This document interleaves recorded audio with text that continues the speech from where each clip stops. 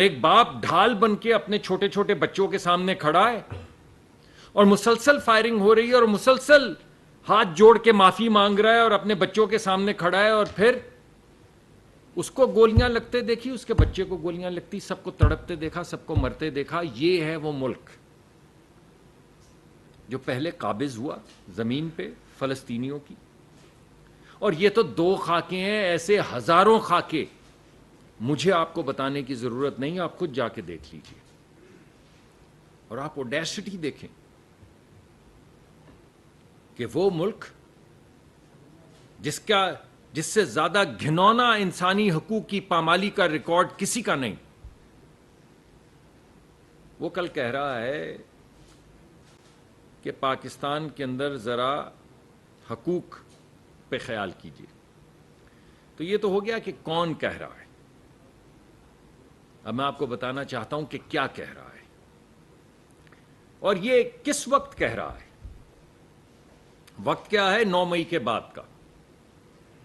وجہ کیا ہے کہ وہ لوگ جنہوں نے ہمارے شہیدوں کے مجسمے اٹھائے، ان شہیدوں کے جنہوں نے چھاتیوں پہ گولیاں کھائیں اس ملک کے لیے، آپ کے دفاع کے لیے، آپ کے بچوں کے دفاع کے لیے، اور ایسی بہادری دکھائی کہ ہندوستانی فوج یہ کہنے پہ مجبور ہو گئی کہ ہم نے اتنا بہادر آدمی آج تک انسانی تاریخ میں نہیں دیکھا۔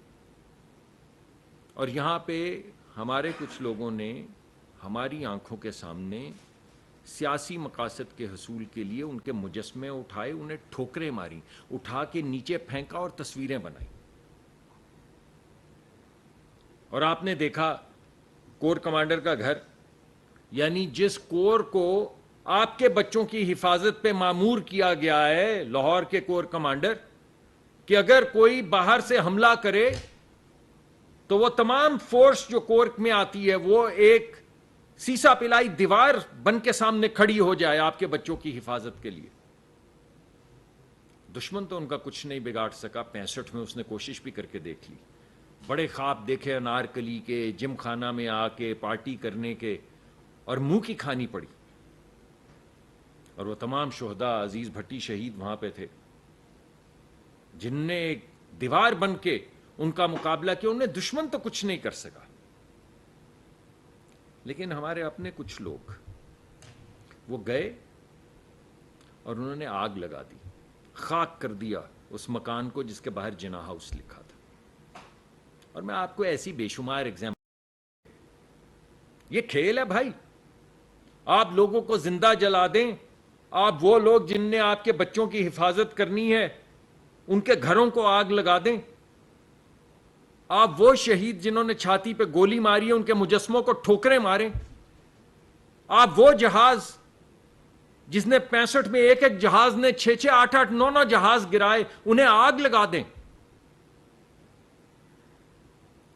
اور اگر آپ سے پوچھا جائے کہ آپ نے یہ کیا کیا، تو وہ انسانی حقوق کی پامالی ہے۔ شاباش ہے بھائی، یہ کہہ رہے ہیں وہ بین الاقوامی سطح پہ، یہ کہہ رہے ہیں کہ جن نے آگ لگائی ہے یہ تو ایک سیاسی کھیل تھا۔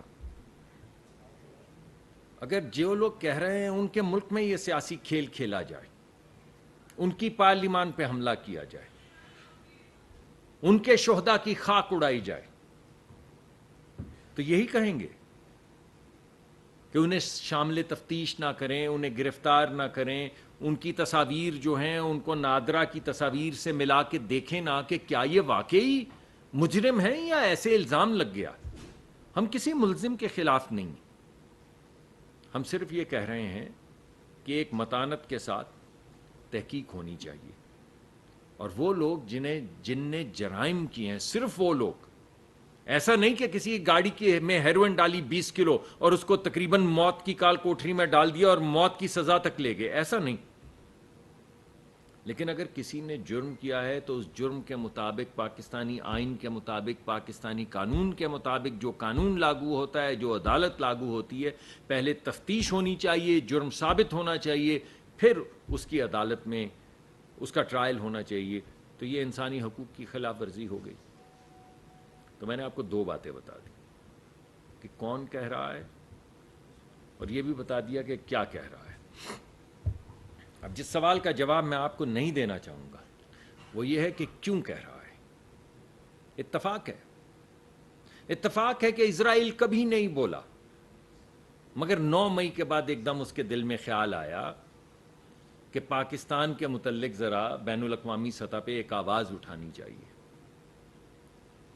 تو چلے میں اور کسی کا نام نہیں لیتا، یہ تو کہنے کی مجھے اجازت دیں پھر کہ 9 مئی کے مجرموں کے حق میں یہ بات کہہ رہا ہے۔ اس کے سیاسی محرکات کیا ہیں، اس کے پیچھے کون سیاسی تنظیم ہے، کیا ہے، اس پہ کوئی تبصرہ نہیں کرتے، نہ میں کرتا ہوں نہ آپ کیجیے۔ لیکن یہ تو پوچھیے اپنے آپ سے کہ کن کے دفاع میں یہ کہہ رہا ہے۔ ان کے دفاع میں کہہ رہا ہے جنہوں نے 9 مئی کو ولف وسلنگ کی، اس ملک میں غدر مچانے کے لیے، اس ملک میں میوٹنی کرنے کی کوشش کرنے میں جن لوگوں نے ولف وسلنگ کی، ان کے حق میں اسرائیل یہ کہہ رہا ہے۔ کیوں کہہ رہا ہے یہ میں اس کا جواب آپ پہ چھوڑ دیتا ہوں۔ اب میں دوسری بات یہ کرتا ہوں صاحب، مجھ سے کل ایک ٹیلی ویژن پروگرام میں یہ بھی پوچھا گیا کہ بھائی یہ تو اور بھی ممالک کہہ رہے ہیں۔ میں نے کہا بھائی کون سے ملک کہہ رہے ہیں؟ تو کہنے لگے وہ وہاں پہ بھی بڑی اپیل ہو رہی ہے، امریکہ میں بھی۔ تو میں نے کہا کہ بھائی یہ تو جن کے لیے اپیل ہو رہی ہے وہ تو کہتے تھے کہ امریکہ نے پاکستان کا آئین سبورٹ کیا ہے۔ آپ کو یاد ہوگا کہ ایک ہماری یہاں پہ یہ تحریک انصاف کے سربراہ جو ہیں، انہوں نے پورے مجمع میں ایک جیب سے کاغذ نکالا، انہوں نے کہا یہ دیکھ، یہ ہمارے ملک کے خلاف سازش ہو رہی ہے، ہمارے ملک کے آئین کو امریکہ پامال کر رہا ہے، ہمارے ملک کے اندر ایک جمہوری الیکٹڈ حکومت جو ہے اس کو امریکہ الٹا رہا ہے۔ یعنی آئین کو پامال کر رہا ہے، الیکٹڈ جمہوری حکومت کو ہٹا رہا ہے۔ یعنی الزام یہ لگا رہے تھے، ویسے جن کے اوپر الزام لگایا ان کی بعد میں بڑی تعریفیں کرتے رہے، لیکن اس وقت یہ کہہ رہے تھے کہ یہ سب کچھ ہو رہا ہے۔ اگر آپ اس متن کو پڑھیں تو لگتا ہے اس کا مطلب یہ ہوتا ہے کہ یہ اعلان جنگ ہے جب کسی ملک کے آئین کو پامال کیا جائے، جب کسی کی پارلیمان کو پامال کیا جائے۔ اس کے کچھ دن بعد آپ نے وہ بھی دیکھ لی، وہ فون کانورسیشن تو خود ہی صاحب نے نکال دی، جس میں منتیں کر رہے تھے کانگریس وومن کی کہ آپ کا اقبال بلند ہو، ایک خط لکھ ڈالیے ہمارے حق میں، بڑی دور تک آپ کا خط جائے گا، یہاں پہ بہت سے لوگوں کی بچت ہو جائے گی۔ آپ مجھے بتائیں کہ کیا بات ہم مانیں؟ اسرائیل والی بات مانیں، امریکہ کے اندر جو اسی سیاسی جماعت کے لوگ ہنگامہ آرائی کرتے پھر رہے ہیں، پی ٹی آئی کے، ان کی بات مانیں، وہ جو کانگریس وومن کے ساتھ ٹیپ باہر نکلی وہ والی بات مانیں، یا سائفر والی بات مانیں؟ کوئی آپ کو اس میں نظر آتی ہے کوئی بات، ایک کوئی سینسیبل بات نظر آتی ہے کہ چند ہفتے پہلے وہ آپ پہ حملہ آور ہے، آپ کے آئین کو پامال کر رہے ہیں، چند ہفتے بعد آپ ان کی منتیں کر رہے ہیں؟ کن کی منتیں کر رہے ہیں؟ کن کی منتیں کر رہے ہیں؟ جنہوں نے آپ کے مطابق ملک کے پارلیمان کو پامال کیا، آپ کے مطابق ملک کے خلاف سازش کی۔ ارے بھائی آپ کون لوگ ہیں؟ آپ کیا کرنا چاہ رہے ہیں؟ اس وجہ سے میری آخر میں درخواست صرف یہ ہے کہ بھائی جانے دو۔